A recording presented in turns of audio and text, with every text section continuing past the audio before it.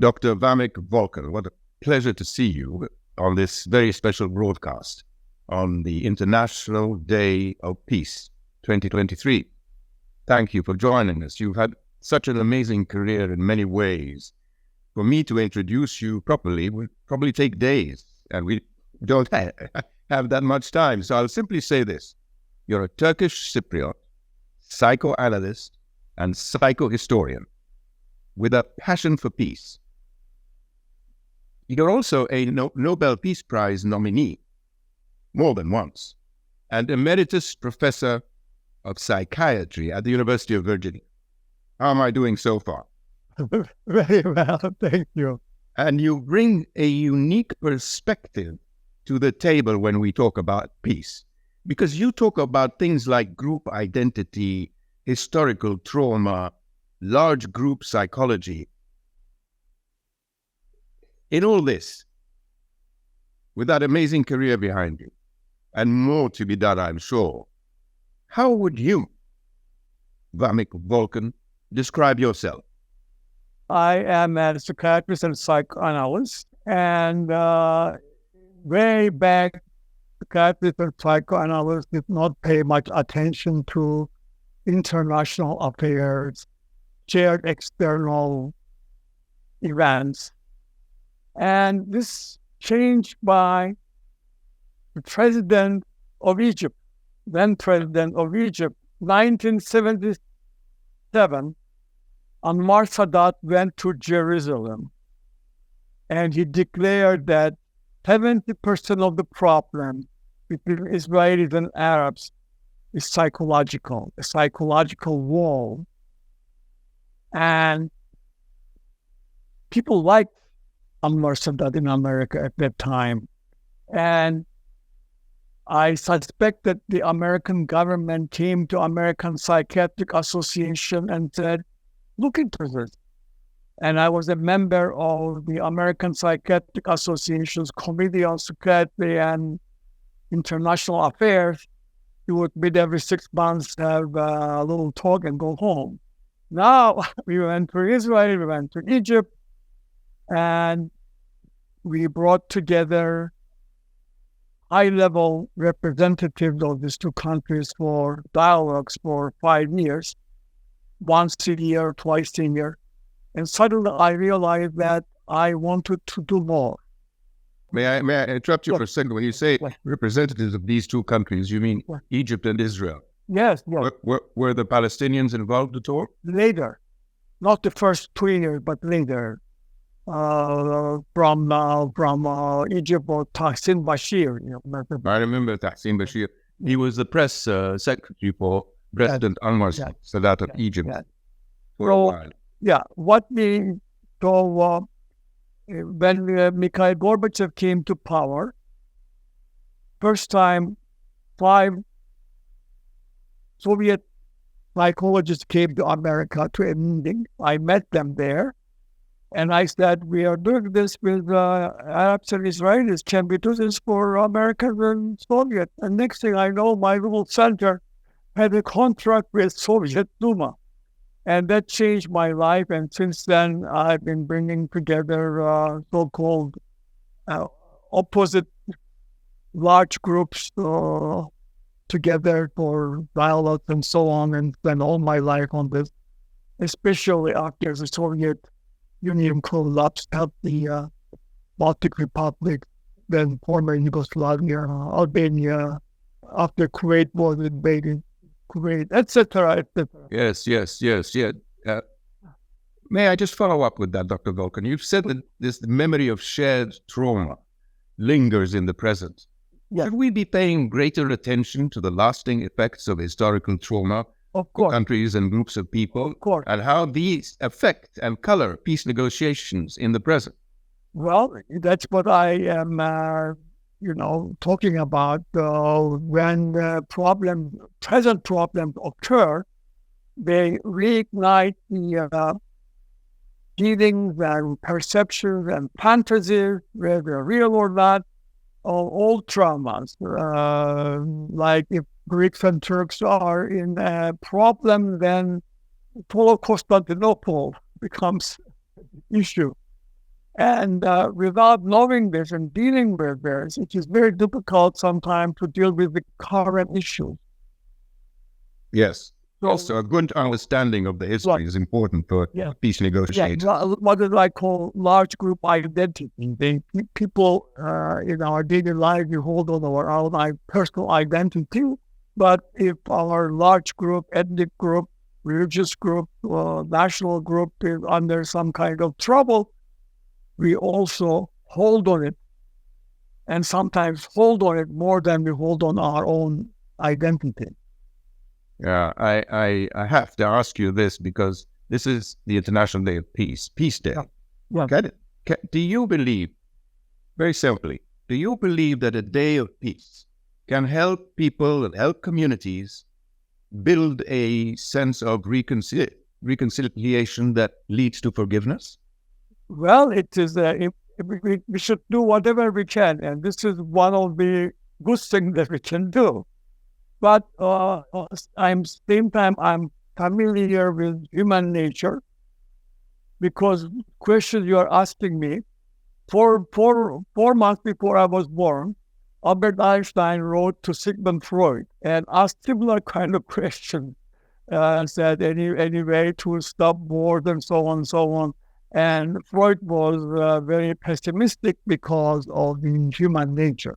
Human nature had loving things, good things, but we also have aggressive parts of us.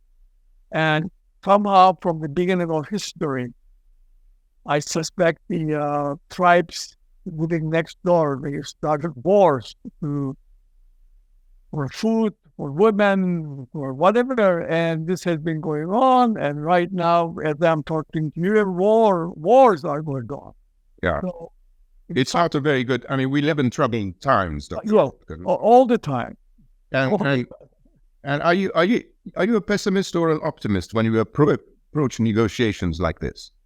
I don't think about I'm pessimist or optimist. I want to do whatever I can. Like the Day of Peace, we should do whatever we can. Yeah, that's a good answer. Yeah. That's a good. What role? People watching this will wonder. So, what can I do? What can I, as an individual, what role can I play that might help break this cycle of conflict and violence? Well, let's start with the simplest one. Vote for the people who are favorable for a peaceful world. Right. Choose your politicians and choose your leaders wisely. Yeah. And if you are a writer, write about this thing. If you're a novelist, you can also write novels that shows how important it is to be peaceful. So many things. You're doing it. I'm doing it. Many of my friends are doing it. Yes. Yes, and there's always a ripple effect. If you are at peace with yourself and your family and your neighbors, then within the community you can also help build a peaceful society. Yeah. But at the same time, what I think I did was study this human nature closely, with actually being involved in this kind of things, and wrote about the nature of what is human identity, what is large group identity, what is border psychology, what is leader-follower relationships. And so that diplomacy should include information from psychological insight that we are developing, collecting, and writing about. Well, we'll get to your writings in a minute because you've been very prolific and you have scores of books published. I'd like to aim at one book in particular, if I may. In 2004, you published a book called Blind Trust. Yeah. Large Groups and Their Leaders in Times of Crisis and Terror. Yeah. Much later, in 2 years ago, in 2021, Dr. Molly Castello, who herself holds a PhD in psychology and theater, interesting combination, produced and directed a documentary about your work by the same name, Blind trust. Yes.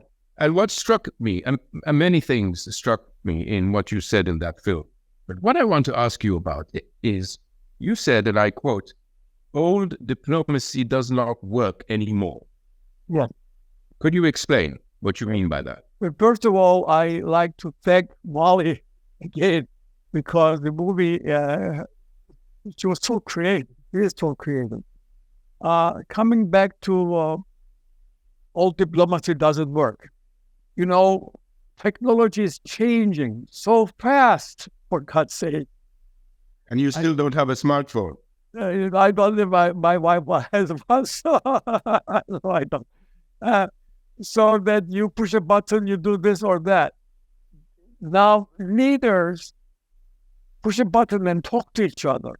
Of course, we need ambassadors and all this stuff and so on. But they're more leaders meeting each other, talking to each other. So when I was way back, the diplomats going through a process and so on, they're still there, but push button diplomacy is there too. So that's why we need to know more about who we are voting for. We need to know more about how we are human nature staying same while technology changing so much. But changing technology does not change human nature. No. So technology brings loving things, wonderful things, but technology also brings the push button destruction. You push a button, destroy a whole country or something like that. So I know that you work at UN and so on, and we need to put more psychological understanding in studying international relations and giving more information about those who are involved in talking to each other. So perhaps one of your recommendations for the new diplomacy would be, first of all, there's no substitute for human interaction. Yes. And perhaps there should always be a psychiatrist in the delegations when they're talking peace. No. Psychiatry does not teach international relationship. A psychiatrist or psychoanalyst who actually studied this thing. See, when you go to medical school, you don't study international relations. There are a bunch of people who are writing now, and including my books and so on. And I'm so proud that almost every other week, some graduating student writes to me, and they're using my books and ideas for their thesis there. So that is the only most pleasant thing I ever had in my life, so that this will expand. But any psychiatrist or anybody who has not done this kind of work will not know much. So we need to pay attention to areas which are end results of actual experiences and studies of how large groups relate to each other. Well, you moved from you're a physician and you're a psychiatrist, and you moved to international relations. Yeah. So definitely your background helped you understand the problem. Yes. Dr. Volkan, you've been very productive during your long and impressive career. You've been extremely prolific in your academic output with books and articles and papers. If you were to choose one of your books, or two maybe, to recommend to our viewers today, which one would it be? Can I choose two books? One is... You can also choose a documentary. No. Well, Molly's documentary, I think, is extremely important to see because she's so creative to how psychiatrists with other members from different background, because no one background can give us information. So my team was from different backgrounds, historian, politicians, and so on. One book is called Enemies on the Couch. Enemies on the Couch. Yes. And this gives the whole history of what I have done throughout decades in different countries, from Russia, from Yugoslavia, Kuwait, etc. And it is extremely informative. If you want to do it more study scientifically, then the book should be Large Group Psychology, Racism, Social Division, Narcissistic Leaders, and Who Are We Now? This book was published in 2020. Can you answer that question before we conclude? Who are we now?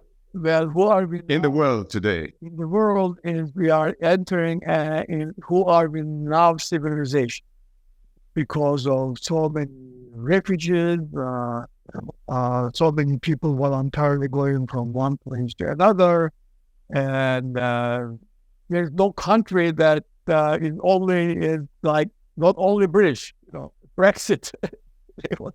They're dealing with it. I mean, in Cyprus now, I'm living in North Cyprus. There are areas they don't even have a sign in the shops in Turkish. They're either Russian or Persian.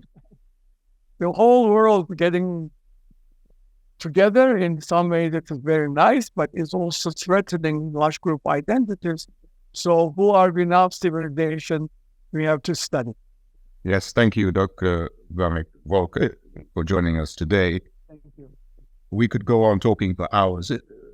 So I'd like to thank you. You're a Turkish Cypriot psychoanalyst and psychohistorian with a passion for peace.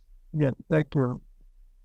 And I wish you the best for what you're presenting to the world. Thank you very much. Yes. Back to the studio. Thank you. Bye-bye.